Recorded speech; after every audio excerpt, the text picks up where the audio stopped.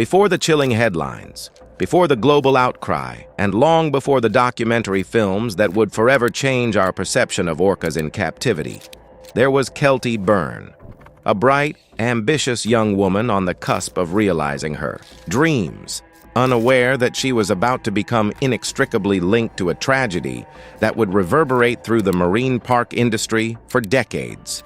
Her story isn't just about a horrific accident. It's about a life brimming with promise, a passion for the ocean, and the heartbreaking intersection of human ambition and the untamed power of the natural world. Keltie, barely out of her teens, possessed a spirit as boundless as the Pacific Ocean she so deeply admired. Growing up in the picturesque landscapes of British Columbia, she developed an unwavering fascination with marine life from a young age. Not content to simply observe, from the shore, Keltie immersed herself in the aquatic world. A natural athlete and competitive swimmer, she was practically born in the water, her powerful strokes mirroring the grace and agility of the creatures she longed to study. Swimming wasn't just a hobby. It was an extension of her soul, a way to connect with the ocean on a visceral level.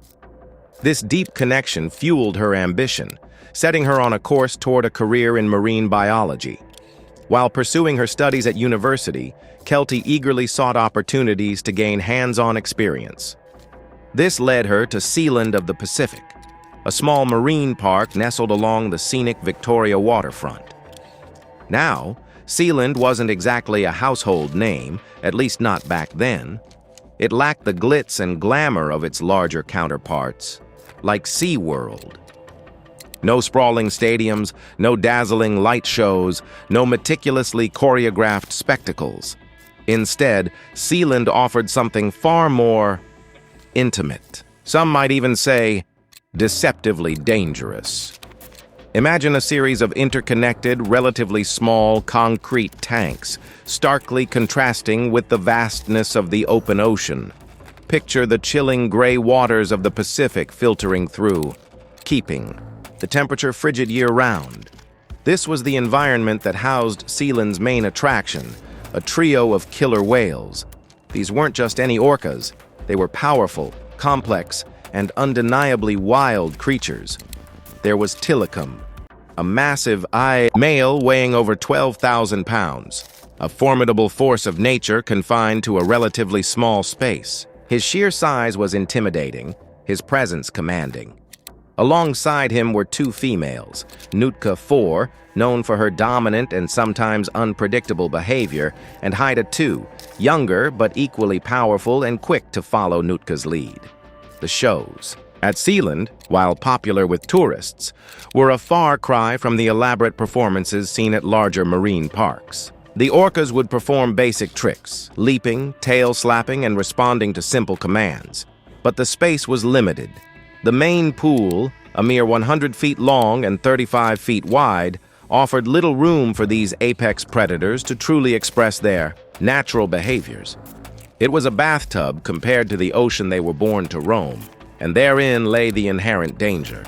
The trainers, acutely aware of the orca's immense power and unpredictable nature, maintained a strict policy of no in-water performances. All interactions took place from the safety of the platforms, a conscious effort to create a barrier, a buffer zone between human and animal. Whispers circulated among the staff about close calls, near misses, and the unsettling feeling that these magnificent creatures were never truly tamed, only managed. Stories abounded of trainers being unexpectedly pulled or knocked into the water, of orcas refusing to follow commands, of a palpable tension that hung in the air during every show. Tilikum, in particular, was the subject of much speculation. His immense size and reserved demeanor fueled rumors of a darker, more unpredictable side. It wasn't maliciousness in the human sense, but a primal, untamed wildness that could erupt at any moment. He was a force to be reckoned with, a constant, reminder of the power imbalance between captor and captive. Yet, amidst the inherent risks, Keltie remained undeterred. She possessed a remarkable calm and confidence around the animals, earning the respect of her colleagues. Her strong swimming skills and unwavering determination to build trust with the orcas were evident to all who worked alongside her. She understood the potential danger, but she genuinely believed in the possibility of a meaningful connection between humans and these magnificent creatures. She saw their intelligence, their sensitivity, and their capacity for interaction. Perhaps she was naive. Perhaps she underestimated the profound impact of captivity on their psyche. Perhaps she was simply too trusting, too eager to see the best in these complex animals. Whatever the reason, Kelty's unwavering optimism blinded her to a harsh reality. The bond she believed she had forged was fragile, built on a foundation of confinement and control, and could shatter in an instant.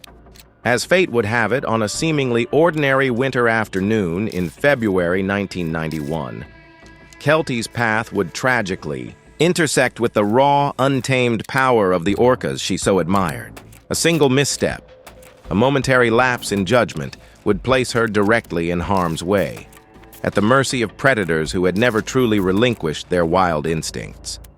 And once she was in the water, there would be no escape. This idyllic dream was about to turn into a horrifying nightmare. February 20th, 1991. The day began like any other at Sealand of the Pacific. The crisp, biting wind whipped off the Juan de Fuca Strait, carrying the scent of salt and the promise of another show. The small marine park, nestled on the shores of Vancouver Island, was a flurry of activity. Trainers prepped equipment, the bleachers slowly filled with eager onlookers, and the stars of the show, Tilikum, Haida II, and Nootka IV, circled in their enclosure, their massive forms rippling beneath the surface. Kelty Byrne, a 20-year-old, marine biology student and part-time trainer, moved with a quiet confidence. She was known for her calm demeanor and natural affinity for the animals. Today, however, the air felt different. Colder somehow.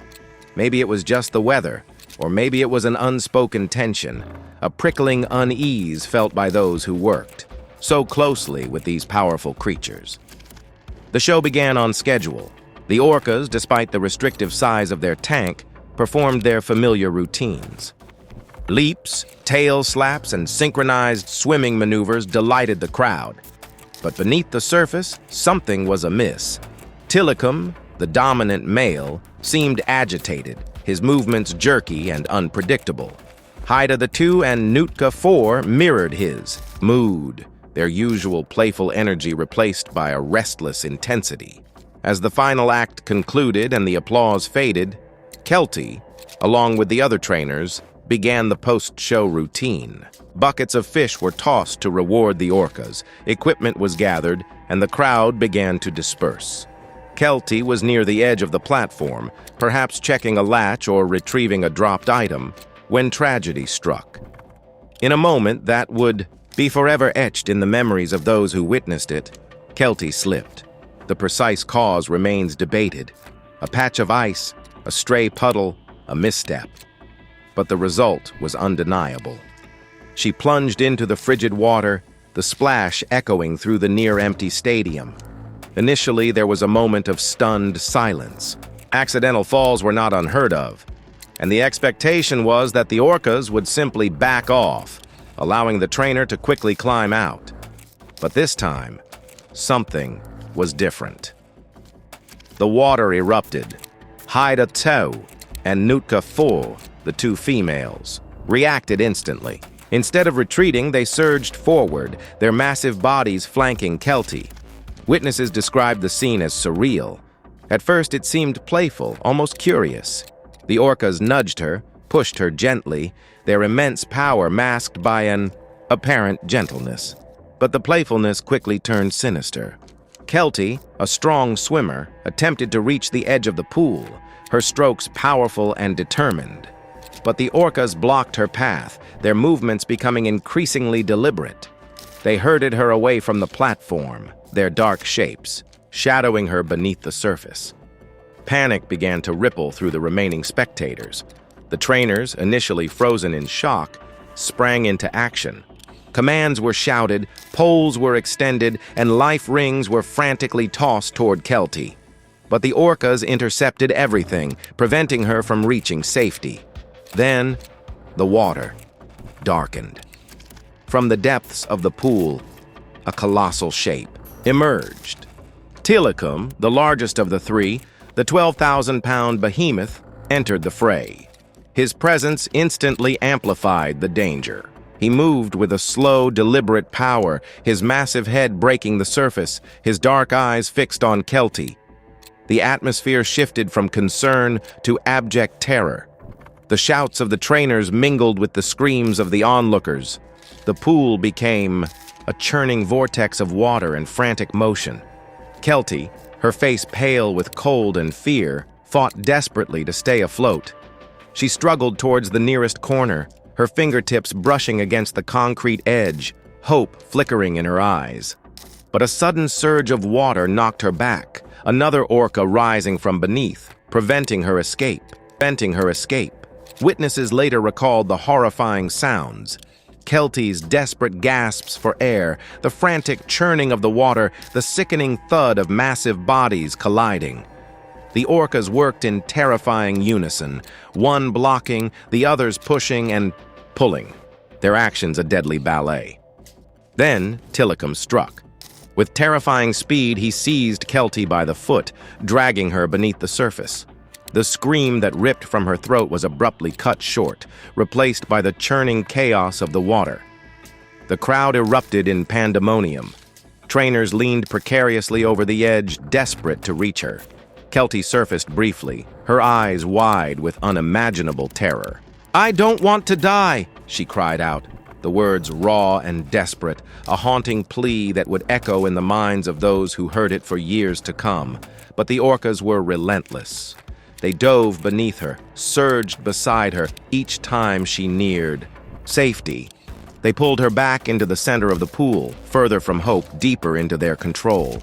Minutes stretched into an eternity. The frantic shouts of the trainers, the horrified gasps of the crowd, the chilling splashes of the orcas, all blended into a symphony of terror.